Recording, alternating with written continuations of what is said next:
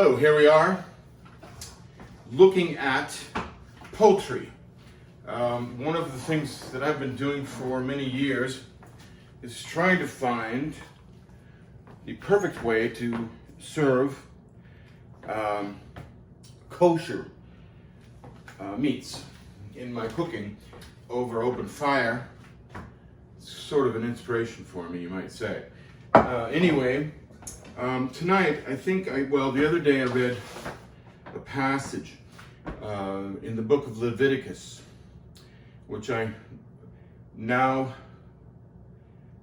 believe is the greatest cookbook in the world. The book of Leviticus is probably the greatest cookbook in the world, and I've read some cookbooks of the greatest chefs.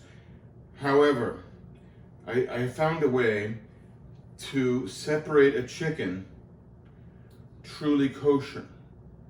You won't hear the rabbis give this to you. You won't hear a kosher butcher give this to you. This, I believe, is ideal exactly to the scripture. So anyway, you'll see this one, it's not separated. Well, it's not severed. It's simply opened.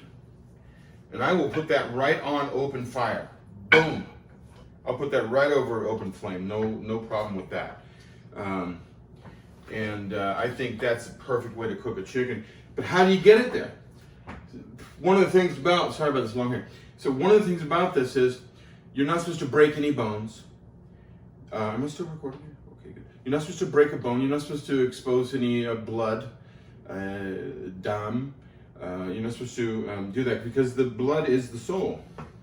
So how do you do it? So I was reading the book of Leviticus of chapter 1, and it talked about, well, let's get it. My hands are unclean now, but, well, not unclean, but, you know, kitchen cleanliness, food laws. So Leviticus 1:17 said, he shall split with its feathers.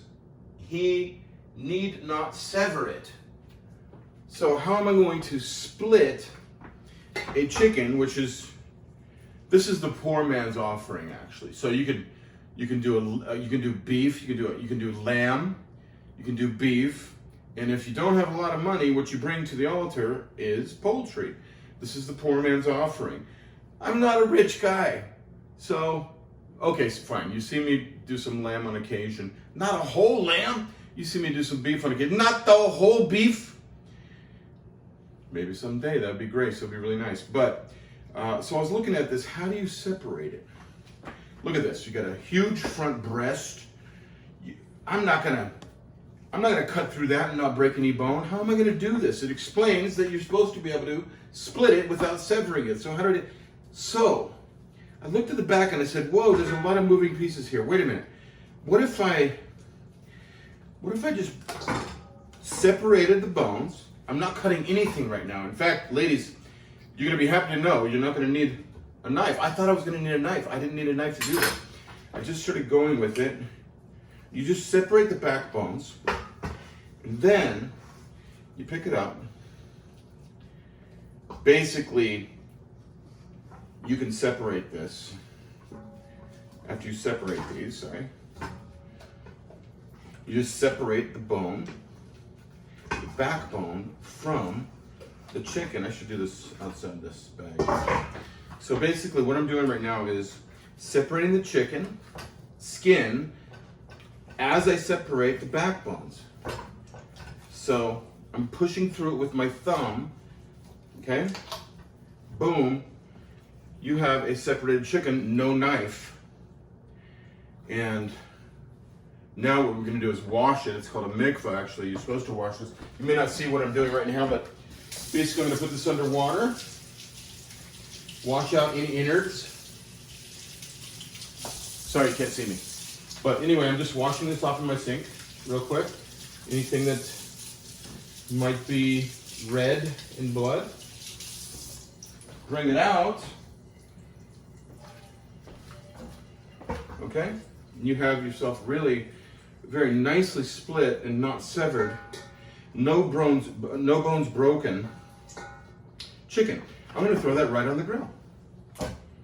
And That actually is a feast. It says to bring 2 chickens. You can bring 1 lamb, you can bring one cow, you can bring 2 poultries or chickens, quail, things like that. Anyway, so that's kosher split poultry. And I believe that's the biblical way to do it. They didn't need a knife. You don't need a knife to do this.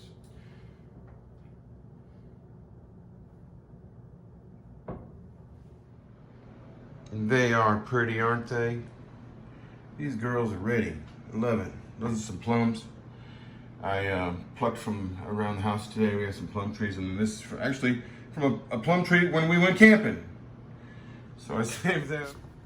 So I'm just separating the seed from the fruit. These are the plums from the yard. I'm leaving the skin on, which might prove to be a mistake later because they add a lot of acidity, tannins, things like that. But I think there's not a lot in a plum, so anyway, we'll use these. I'm going to add, I don't know, let's say a whole bottle of wine. What do you think? Let's reduce that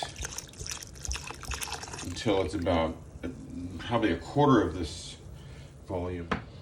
I don't know, let's give it a little help. What do you think? Just give it a little mash, some plunging. Okay. Beautiful stuff. Once it gets down to about 50%, it really starts reducing fast.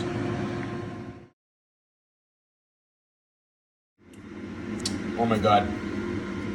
The Masala fruit sauce is, oh boy, that's hot, is magnificent. I rendered 2 jam jars from my Plum Sauce. That's the Masala, and that's just the plain sour. So I don't know if you can see her, but Mama is still right down there in the trees, and she's just loving it here in Cloverdale, California.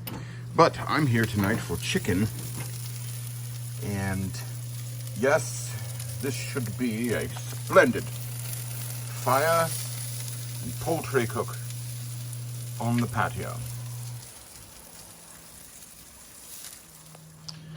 I'm not sure if you want to pay attention to this, but I am gonna just grab these suckers, turn them over, bang.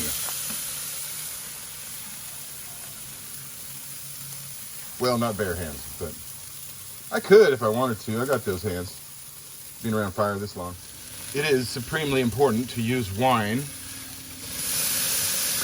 at least to cool the coals down, and it makes an extremely excellent moisture in the Q as you close it. I probably use a whole bottle of wine every time I barbecue, almost. Well, when I do bigger volumes, at least a bottle of wine. It's really just kosher salt, olive oil, and wine when you're cooking on the barbecue. That is the kosher way to barbecue. Make all your sauces on the side. Make all those other things, condiments, dips and vegetables and all that on the side. They are not a part of this fire. There's some really good stuff happening here. Just, slowly flipping the chicken here and there. Occasionally using the wine, using the salt, using the oil. I don't know, I just thought this was important to catch. I was pouring wine on it, and there's actually cavities in the chicken that hold moisture with the wine. I think that's important in this heat. This is a public service announcement for individuals who have had trouble in recovery from watching my videos. It's not my fault. Relapse is a part of recovery. So, in other words, just watch another video and cook some barbecue chicken.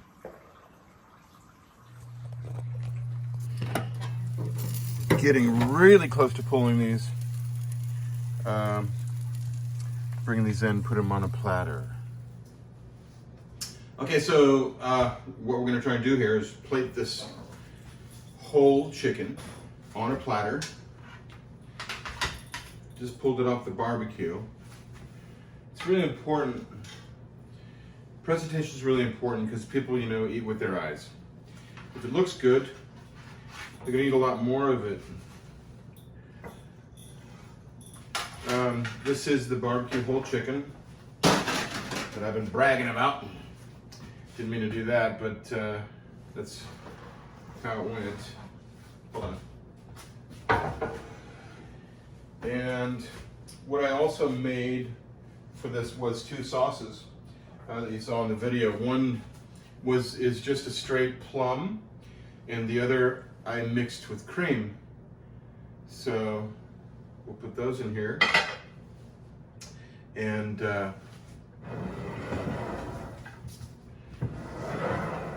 present that as whole chicken. Shalom!